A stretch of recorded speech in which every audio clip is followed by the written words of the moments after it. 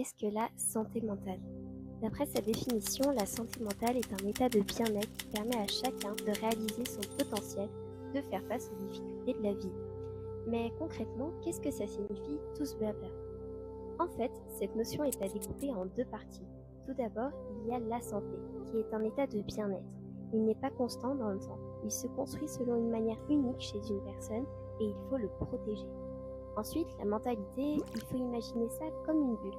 À l'intérieur, on y retrouve nos pensées, notre vision et ressenti, nos émotions et sentiments, notre intelligence, pas tellement intellectuelle mais plutôt émotionnelle, de logique, celle qui est propre à chacun, nos croyances, notre culture et nos opinions.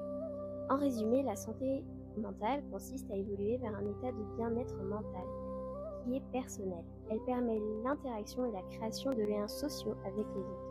Elle est aussi essentielle dans la compréhension de soi et de son individualité, à la réalisation de notre quotidien et est un allié majeur pour notre santé physique. Enfin, elle est nécessaire pour faire profiter chacun de ses capacités, que ce soit pour travailler ou pour réaliser ses projets ou ses rêves. En effet, la santé mentale est un terme difficile à comprendre. Étant abstrait, on ne peut pas le visualiser. Bien que des maladies mentales, par exemple, soient reconnues et traitées, la santé mentale reste un sujet très tabou aujourd'hui.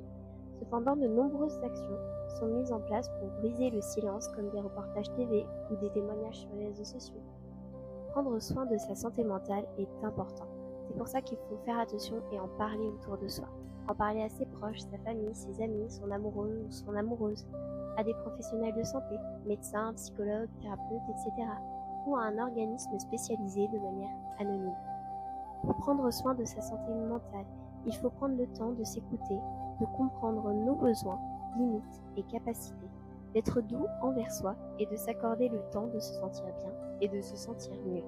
Faites surtout attention à vous. Je vous fais plein de doux bisous et à bientôt pour une nouvelle vidéo.